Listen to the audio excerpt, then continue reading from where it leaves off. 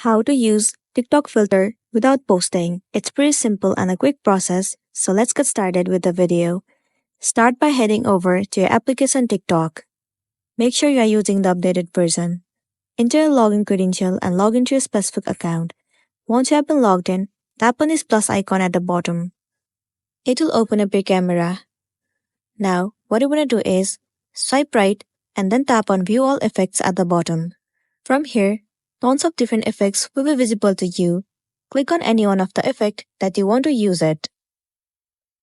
Let me click on this one for now. Now record the video as per your need. Once the recording has been completed, tap on the stick icon and then click on Next at the bottom right corner of the screen. It will be landing you on this page.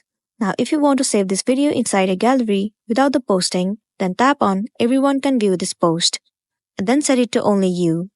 Once done, click on Post at the bottom right corner.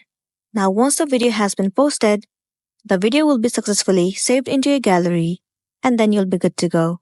So that's the wrap for this video. If it was helpful, give it a like and check out our next tutorial. Thank you.